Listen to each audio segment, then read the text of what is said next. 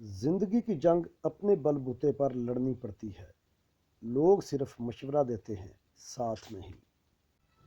امید آدھی زندگی ہے اور مایوسی آدھی موت۔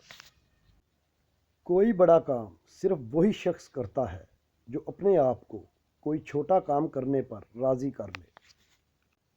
کبھی ماں باپ یاد آئیں تو بہن بھائی مل کر بیٹھا کرو۔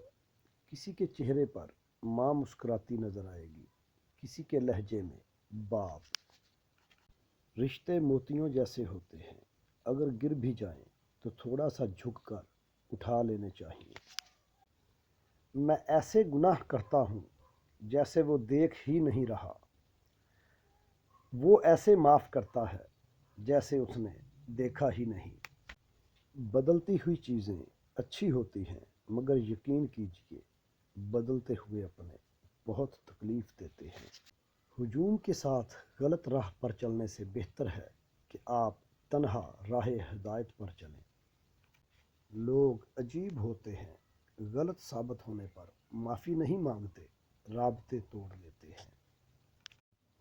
دشمن سے ہمیشہ بچو اور دوست سے اس وقت جب وہ تمہاری تعریف کرنے لگے۔ جھوٹ اس لیے بھی بک جاتا ہے کیونکہ سچ کو خریدنے کی اوقات ہر کسی کی نہیں ہوتی۔ دنیا اگر ہاتھ سے نکل جائے تو بندہ غریب ہو جاتا ہے، اور یہی دنیا اگر دل سے نکل جائے تو بندہ ولی ہو جاتا ہے۔ میں ایسے گناہ کرتا ہوں جیسے وہ دیکھ ہی نہیں رہا۔